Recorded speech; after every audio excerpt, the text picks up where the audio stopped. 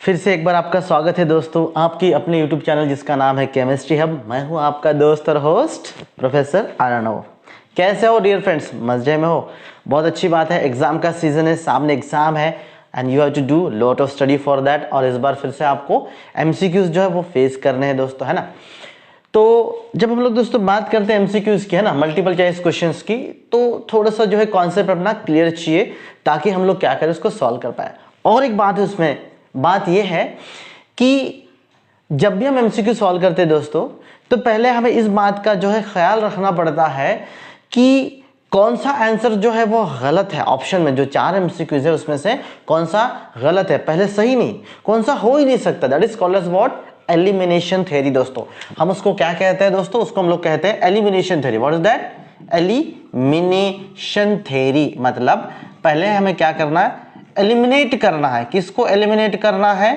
जो आंसर्स क्या है, रॉन्ग है, सही नहीं है, उसको हमें एलिमिनेट करना है, ना कि जो सही है उसके और पहले जाना है।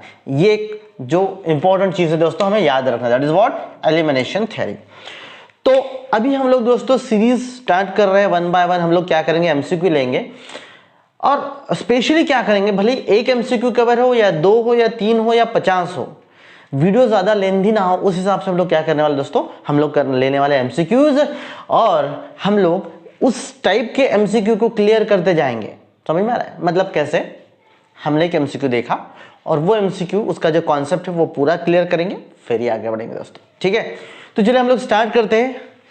इस वीडियो लेक्चर में हम लोग क्या देखने वाले हैं, पीरियडिक क्लासिफिकेशन ऑफ एलिमेंट्स। उसके MCQ बेस्ड कॉन्सेप्ट तो पहले हम लोग देख चुके हैं, पढ़ चुके हैं, फिर भी हम लोग उन कॉन्सेप्ट को क्या करने वाले दोस्तों, फिर से एक बार हम लोग मतलब रिकॉल करते हुए चलेंगे, या फिर मैं उन कॉन्सेप्ट को आपको फिर से बताऊंगा और वो कॉन्सेप्ट क्लियर होने के बाद आप MCQ आसानी से सॉल्व कर सकते हैं दोस्तों।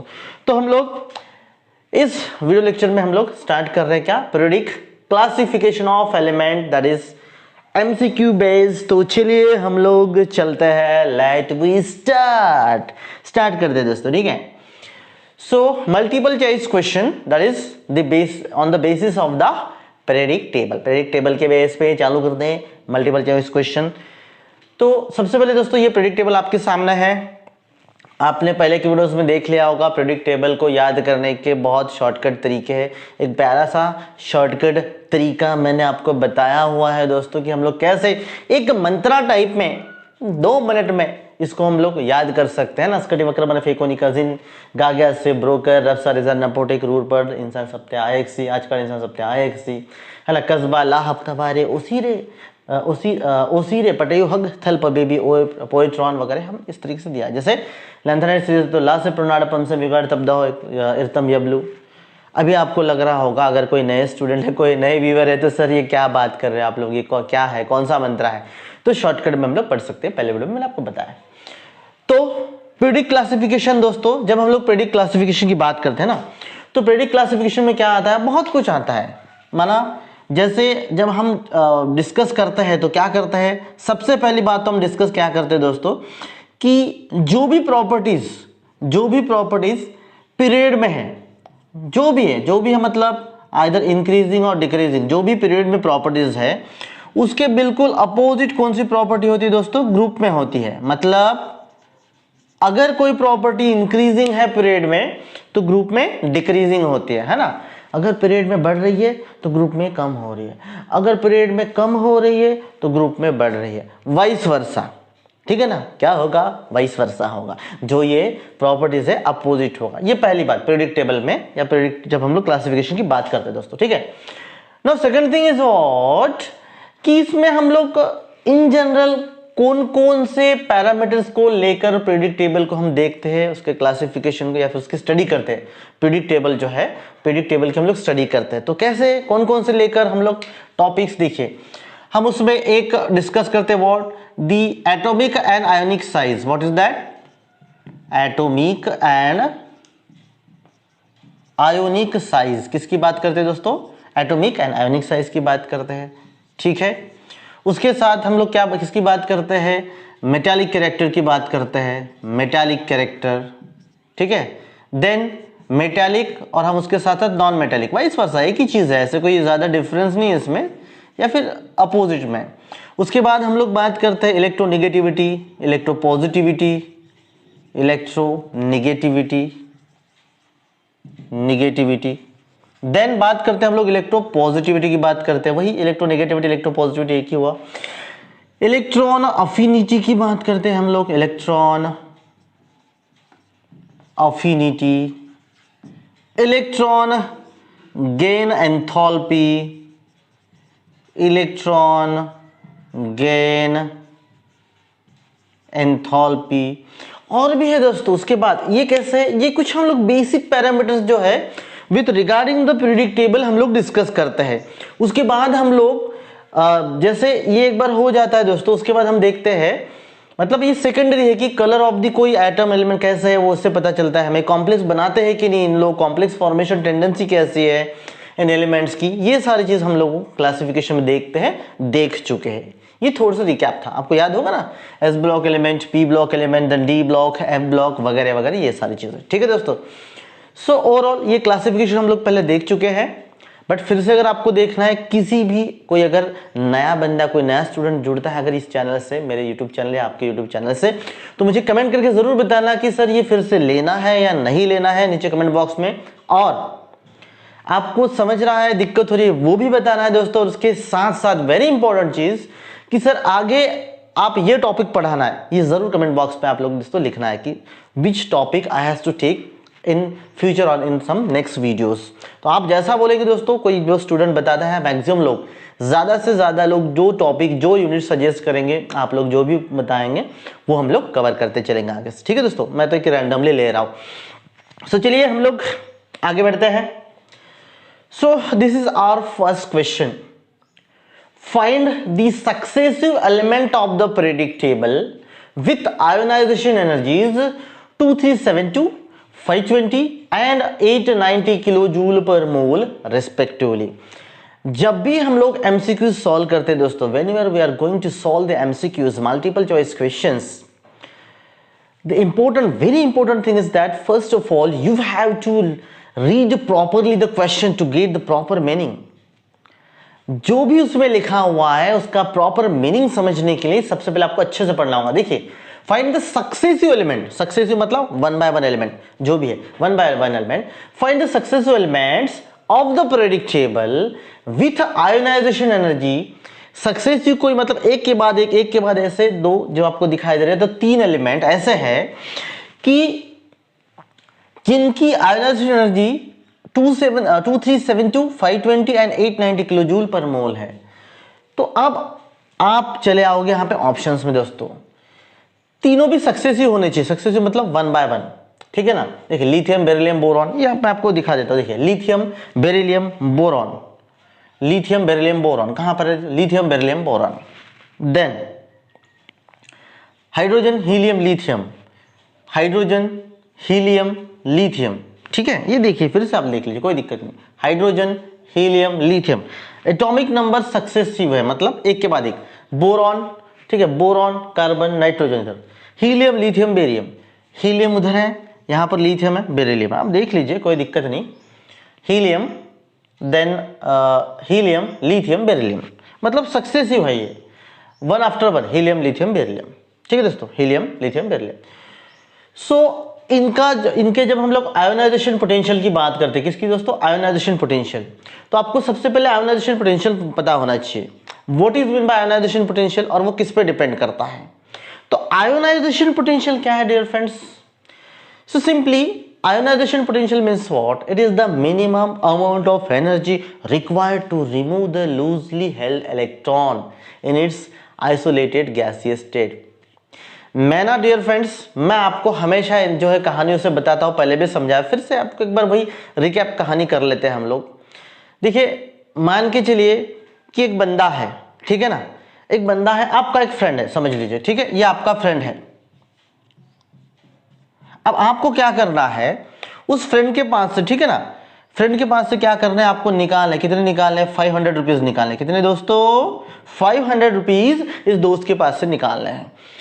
तो डिपेंड किस पे करता है? देखिए, अगर आपको 500 रुपए आपको निकालने हैं, आप उसके घर में गए, उसके घर में उसके मम्मी भी है, उसके पापा भी है, ठीक है, मम्मी पापा दोनों भी है, किसके? या आपका जो फ्रेंड है, मान के चले राजू, राजू के मम्मी पापा दोनों भी हैं और आपको उसमें you have to borrow the 500 rupees, आपको 500 रुपये उससे लेने हैं। लेकिन अगर आप देखो, एक बात समझ लो दोस्तों, अगर आप इसको 500 रुपये राजू को मानते हो, राजू 500 रुपये देना भैया, तो अगर वो इलेक्ट्रोनेगेटिव है तो उसकी देने की टेंडेंसी क्या है दोस्तों? बहुत कम है। इलेक्ट्रोनेगेटिविटी का मतलब क्या है? Tendency to withdraw the shared pair of electron toward itself, ठीक है। तो उसकी अगर देने की टेंडेंसी कम है तो उसके पीछे आपको बहुत घिन घिन करना पड़ा, राजू देना 500 रुपये, नहीं ना मेरे पास पैसे नहीं यार, देना, तू तो मेरा दोस्त है, नहीं ना अभी तो है ही नहीं बिल्कुल, तू कैसा दोस्त है? तू कैसा दोस्त मतलब? मेरे पास नहीं तो नहीं दूंगा, कुछ भी हो भैया, उसके पास से 500 रुपये निकालना बड़ा मुश्किल है। तो इस 500 रुपये को निकालने के लिए आपको मान के चलिए कि 10 बार उसका ब्रेन वॉश करना पड़ा, ठीक है। क्या करना पड़ा? हाँ ऐसा है वैसा है, तू दे दे मुझे, तो उसने आप बहुत आपकी जान खा ली, आपने उसकी जान खाई, उसने आपकी जान खाई, लेकिन पैसे मिले नहीं आसानी से। तो तकरीबन मान के चलिए आपको 1000 किलो जूल एनर्जी देने के बाद उसको उसने आपको 500 दिया, बट वो 500 रुपीज, मतलब ये जो आपको दिया, that is what your ionisation potential. How much you have to given to him energy? 1000 kilo joule आपने उसको एनर्जी दी, तब जाके उसने आपको 500 रुपीज दिए, है ना। तो आयोनाइजेशन पोटेंशियल कितना राजू के लिए? 1000 किलो जूल। लेकिन वो कहां पर? अगर आप मम्मी पापा के सामने अगर उसको मांगोगे 1000 rupees, sorry 500 rupees, mummy papa के सामने अगर आप 500 रुपीज मांगोगे ना दोस्तों, तो याद रखना वो तो चिल्लाएगा, उसके मम्मी पापा बोलेंगे क्या बेटा तू पैसे मांगता है, तेरे मम्मी ने ये संस्कार दिए? नहीं वांटे जी ऐसे नहीं, मुझे ना बहुत काम था। अरे काम है तो क्या किसी को पैसे मांगेगा? नहीं बेटा हमारे पास पैसे नहीं है। मतलब वो राजू अगर 1000 किलो जूल एनर्जी में 4 बात उसको बोलने के बाद अगर वो इलेक्ट्रॉन 500 रुपये देने वाला था, अब उसके मम्मी पापा पीछे है तो उसको और उसको उसकाएंगे, नहीं बेटा पैसा नहीं देना, मतलब वो उसके सामने खड़े, मतलब राजू के सामने, तो पैसा वो आसानी से राजू आपको देने वाला है नहीं, देने से तो रहा। मतलब अब क्या होगा? एनर्जी बढ़ गई। तो इसलिए हमेशा क्या होता है, अगर आपको राजू से पैसे मांगने तो राजू को पहले इधर लेके आओ, राजू चल कहाँ घूमने चलते? नहीं चलना, काम है स्कूल में, चल वो नोट्स डिस्कस करना, चल राजू को लेके अपने घर में, और वहां पर आप उसको मांगते हो तो वो क्या करेगा?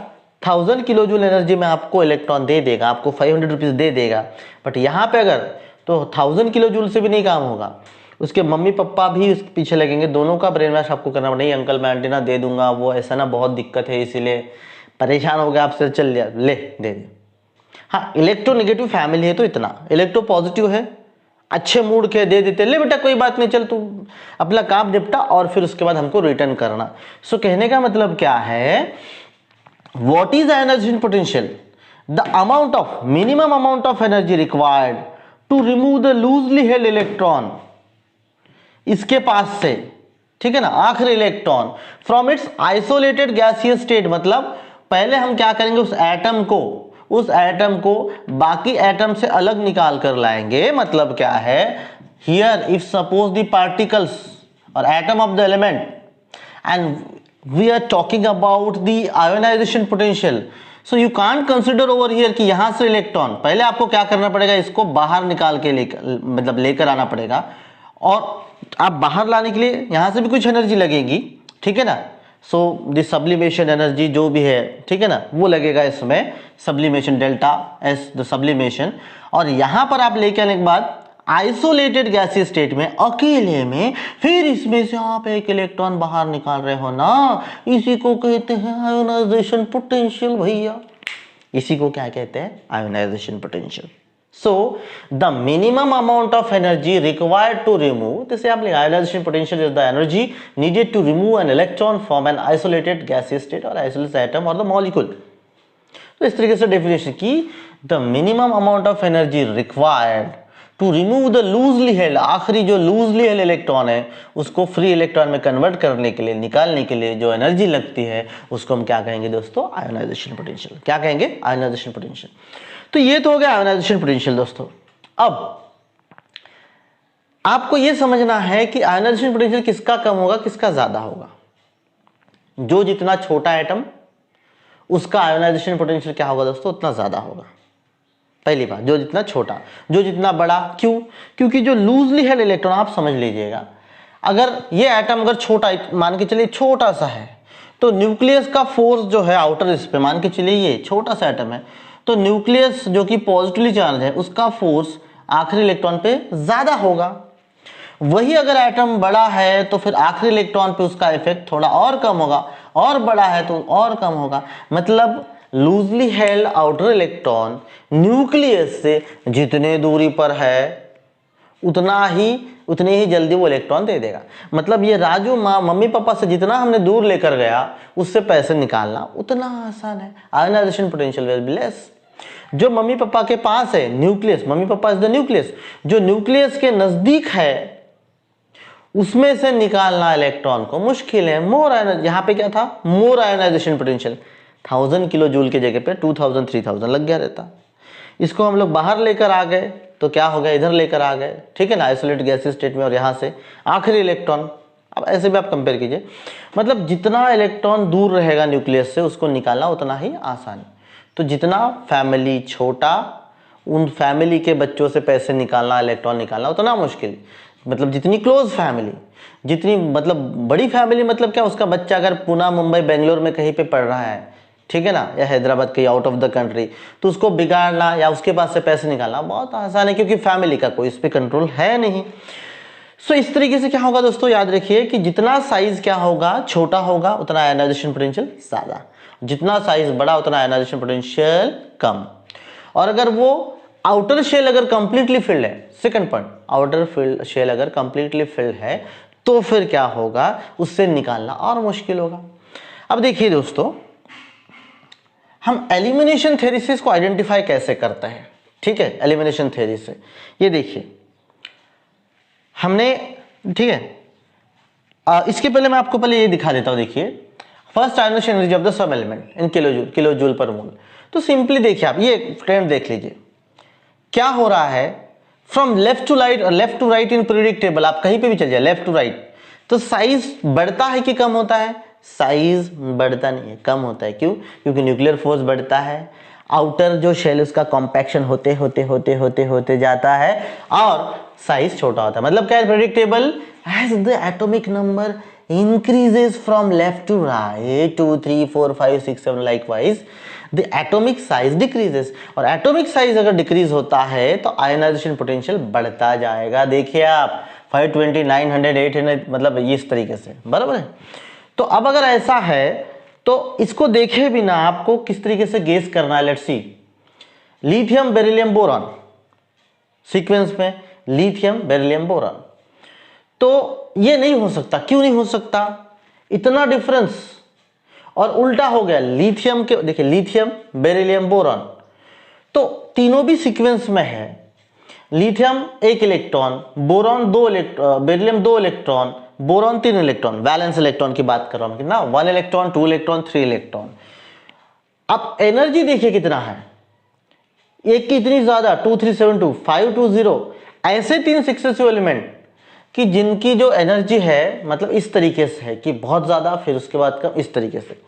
ये नहीं हो सकता। हाइड्रोजन हीलियम लिथियम, हाइड्रोजन की इतनी ज्यादा नहीं, उसकी तो बहुत कम है, हाइड्रोजन हीलियम लिथियम। और बात कैसे है दोस्तों कि देखो यहां पर कैसे होना चाहिए, हीलियम की एनर्जी बहुत ज्यादा होनी चाहिए, क्योंकि आपको पता है हीलियम क्या है, इनर्ट है, ड्यूप्लेट उसका फिल्ड, एक तो छोटा है, ऊपर से जो आउटर शेल है फिल्ड है, ड्यूप्लेट, बराबर है। तो मतलब इसमें 2 इलेक्ट्रॉन फिल्ड है, तो फिर ये नहीं हो सकता।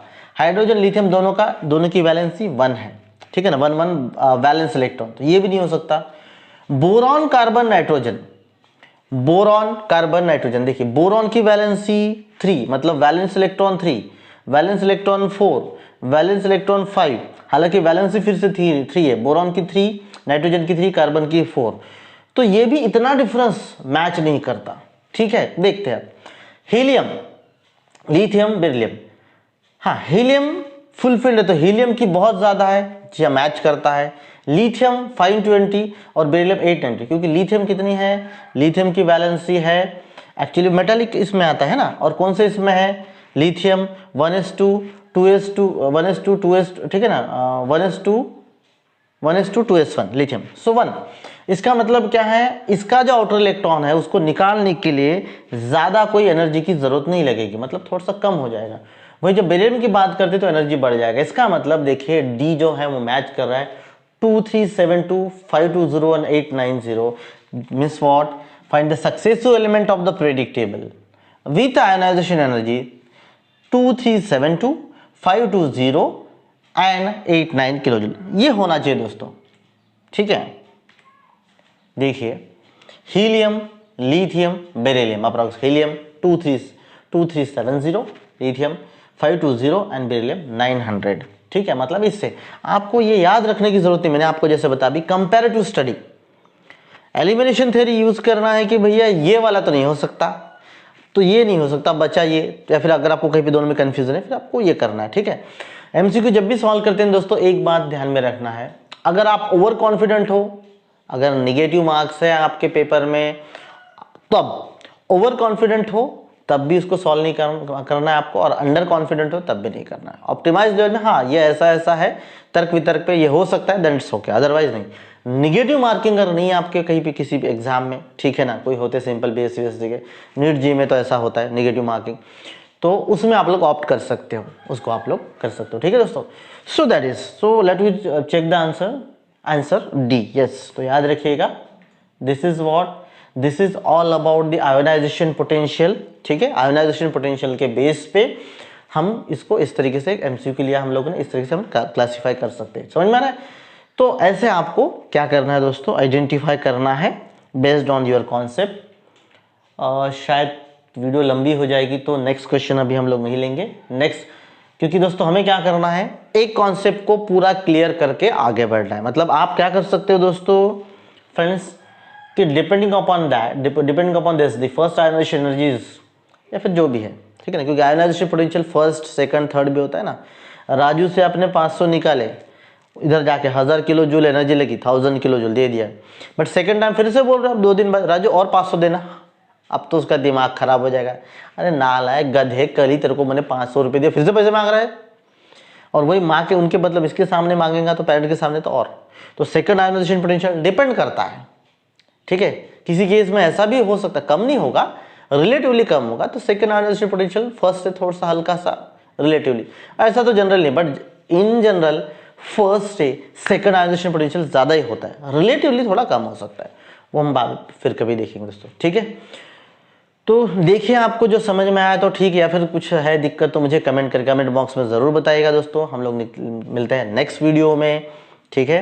तब तक मेरे साथ बने रहिए, पढ़ते रहिए, मस्त रहिए, मज़े में रहिए और कोरोना से बच के रहिए। Have a good day, bye bye.